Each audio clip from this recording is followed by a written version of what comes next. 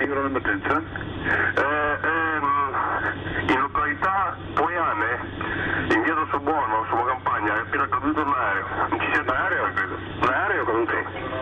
Un aereo? Sì, un C-130. Mercoledì 13 dicembre 1995. Sono passati 30 anni, ma il ricordo della strage dell'Antonov è una ferita ancora aperta per i familiari delle 49 vittime, 41 passeggeri ed 8 membri dell'equipaggio. Era la sera di Santa Lucia, fa freddo e nevica sulla campagna veronese. 49 secondi dopo il decollo dall'aeroporto Catullo Villafranca di Verona, il bimotore turboelica Antonov diretto a Timișoara si schianta al suolo e prende fuoco. Muoiono tutti, 30 gli italiani a bordo, 14 i veneti. Industriali, commercianti, imprenditori. Erano gli anni della delocalizzazione delle aziende venete, in Romania in particolare. Tra le vittime anche 5 trevigiani molto noti nella Marca per la loro attività.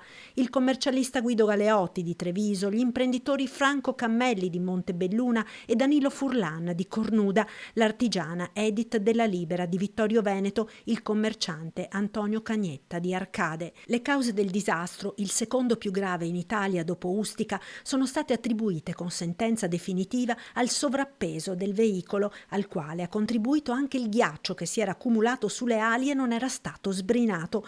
Dopo 30 anni di iter giudiziario, lo scorso agosto si è chiusa in Cassazione anche l'ultima partita dei risarcimenti, tardivi e giudicati da sempre insufficienti dai familiari delle vittime.